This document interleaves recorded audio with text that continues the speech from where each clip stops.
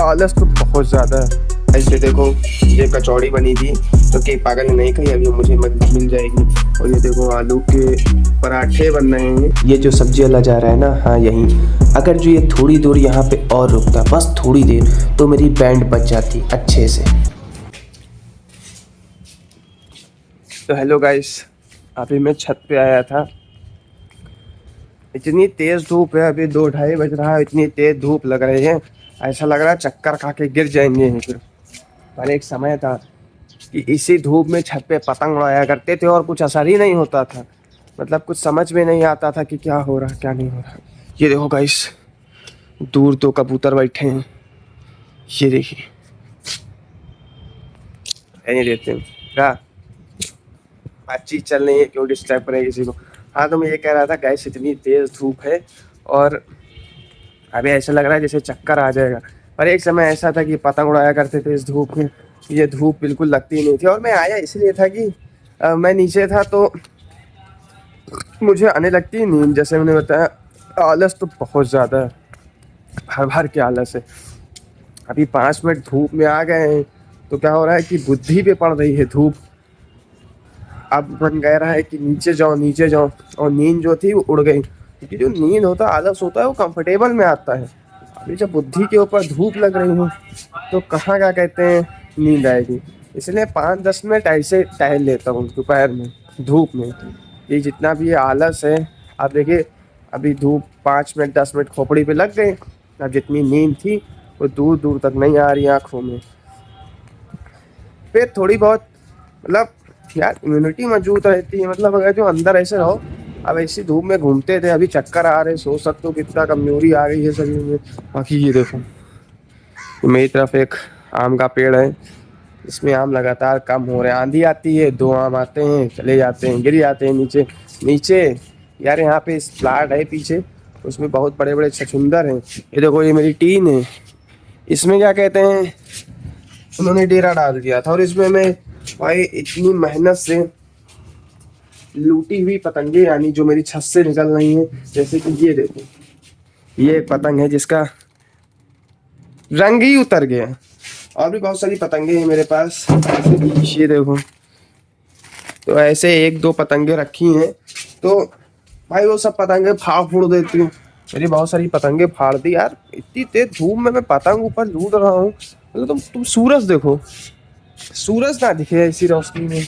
और वहीं पे मुझे पतंग की डोर देखनी पड़ रही है कि पतंग की डोर कहाँ से आ रही, ये साइकिल से आ रही, और उसके बाद कोई चूहा आए और छछूंदर आए और पतंग काट डाले यार, तो अच्छा थोड़ी ना लगता है। ऐसे देखो, ये कचौड़ी बनी थी तो कि पागल ने नहीं खाई, अभी मुझे मिल जाएगी। और ये देखो आलू के पराठे बन रहे हैं। एक आधा मैं भी लपेट दूंगा। ये देखो गाइस, ये रिफाइंड तेल कुछ रखा हुआ है पराठे में। आपको दिखाने को था नहीं, मैंने कहा दिखा देते हैं। देखो कितना कनेक्टेड हूँ। ये देखो, ये कचौड़ी हाथ में मिल गई। मतलब कोई इज्जत नहीं है, घर का काम करूँ मैं, और कुछ लोग होते हैं बस खाएंगे पिएंगे सोएंगे, कोई मतलब नहीं। मैं पूरा घर का काम करूँ, सब चीज़ लाऊं मैं, जो खत्म हो जाए मैं करूँ, चिल्लाया भी मैं जाऊँ। पर कुछ लोग ऐसे होते हैं जिनको सिर्फ खाना है। वो देखो हाथ में कचौड़ी मिली।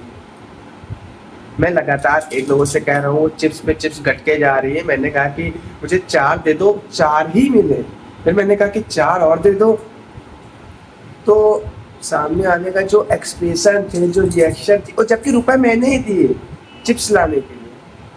और गाइस, कुछ लोग तो इतने नवाब हैं कि वो मेरे ब्लॉग में भी नहीं आना चाहते हैं। वो बोलते हैं कि तुम्हारे व्यूज बहुत कम आ रहे हैं, तो मैं भी बोल देता हूँ कोई बात नहीं, बताओ, मैं खुद ही अपना ब्लॉग बना लूँगा अकेले।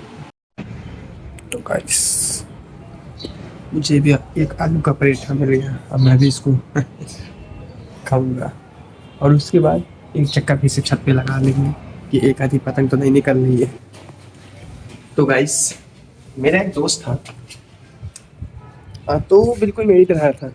जैसे मैं इधर उधर घूमता हूँ, मेरे पास कोई काम नहीं है और घूमता हूँ, तो वो भी मेरे साथ घूमता था।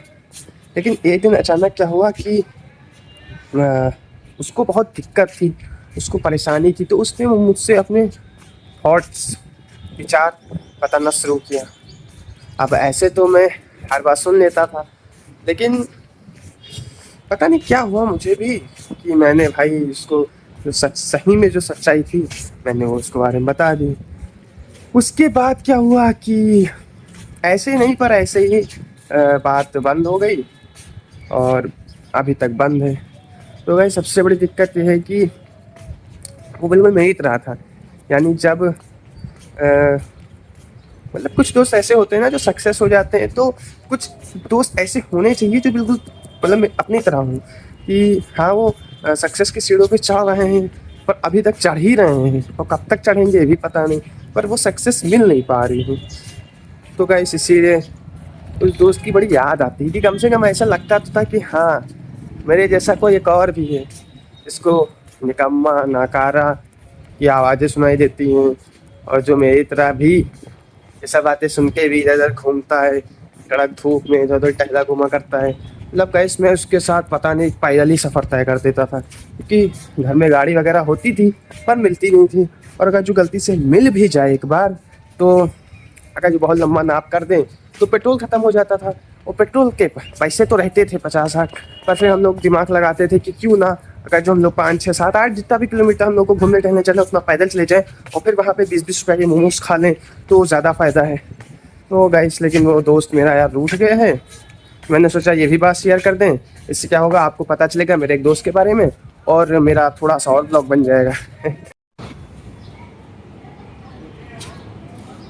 तो गाइस ये जो सब्जी वाला जा रहा है ना, हाँ यहीं, अगर जो ये थोड़ी दूर यहाँ पे और ये रुकता जो बस लड़का थोड़ी गया देर ये तो मेरी लमसम बैंड हाइट बच में जाती मेरे अच्छे से। जितना था और उम्र में भी।